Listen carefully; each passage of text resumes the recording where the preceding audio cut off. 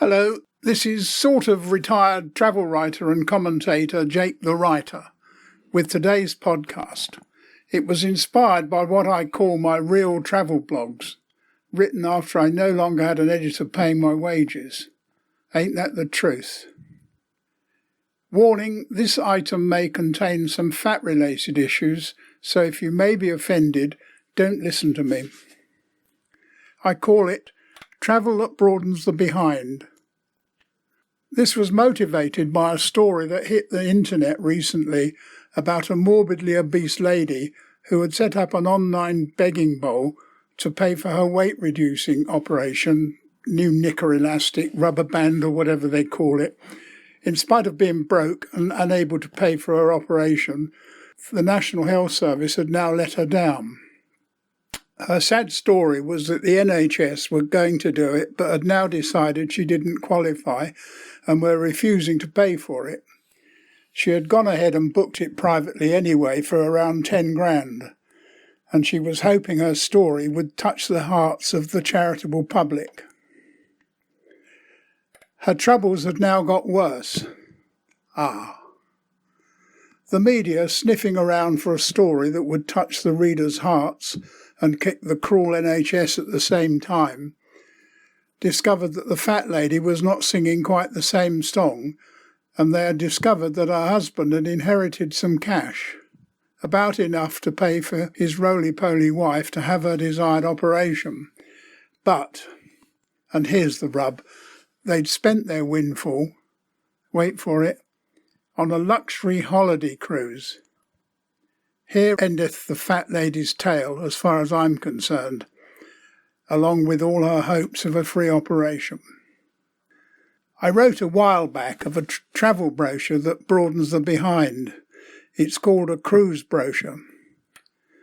They say that travel broadens the mind, but I think that travelling on a cruise ship just broadens the backside.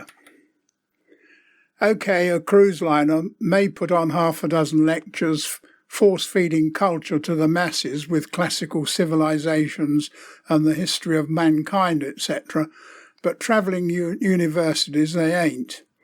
These lecture rooms are laid on to give a bit of interest to overfed passengers while they rest their bloated, sunburned bodies in a cool air-conditioned theatre between meals. When the liner anchors offshore and crew members help the more adventurous passengers to stagger out of their sun loungers where they have been relaxing after a vast lunch, down the accommodation ladder to sit their fat bottoms on comfortable seats in the ferry boats, and then ashore to be helped into comfortable air-conditioned coach seats where they can relax as they are taken to view the volcano Etna or Stromboli. No, it's Thursday, so it must be Vesuvius, from a safe distance. They then retrace their steps until safely back on board to their cabin to change in time for dinner. What a dinner! More lark's tongues or perhaps a few slices of roast swan, madam?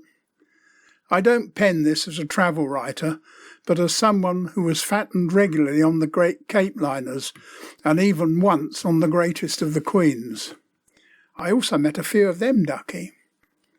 This particular one was the Royal Mail steamship Queen Mary crossing the Atlantic. My goodness, I got so sick of eating Italian truffle shavings and caviar, and even now I cannot look a foie gras in the belly. I even prefer the humble crab to a lobster.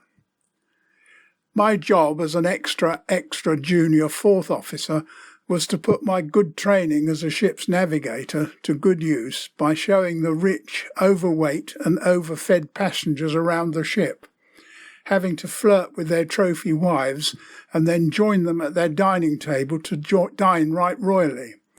Hey-ho, it's a hard life at sea.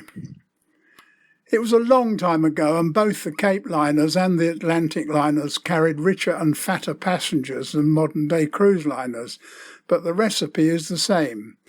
Ask any ship's steward and he will tell you that most of the seasickness is due more to the overindulgence than to motion. The Romans had a good idea when they set aside a room next to the dining area, which they kept named a vomitorium, so that they could binge and purge. Excuse me while I throw up, but tell the waiter chappie that I'll have another crepe Suzette when I get back. Lie back and relax. Pass the gin, old boy. The sun is over the yard somewhere on one of the oceans. I bet that when Freddie Mercury sang of fat-bottomed girls, he'd met them on a cruise ship. Going back to my originally fat lady's troubles, perhaps she can spend her time while laying on the sun deck. I don't think that she could possibly fit her rather broad backside into a deck chair. Fend it writing further begging letters about her plight after her life was ruined by the rotten media for letting the cat out of the bag and the horrible travel company who wouldn't let her cancel and give her money back when she was found out. I know just what she means because as a former journalist and a former travel agency, normally we're such suckers for a sob story.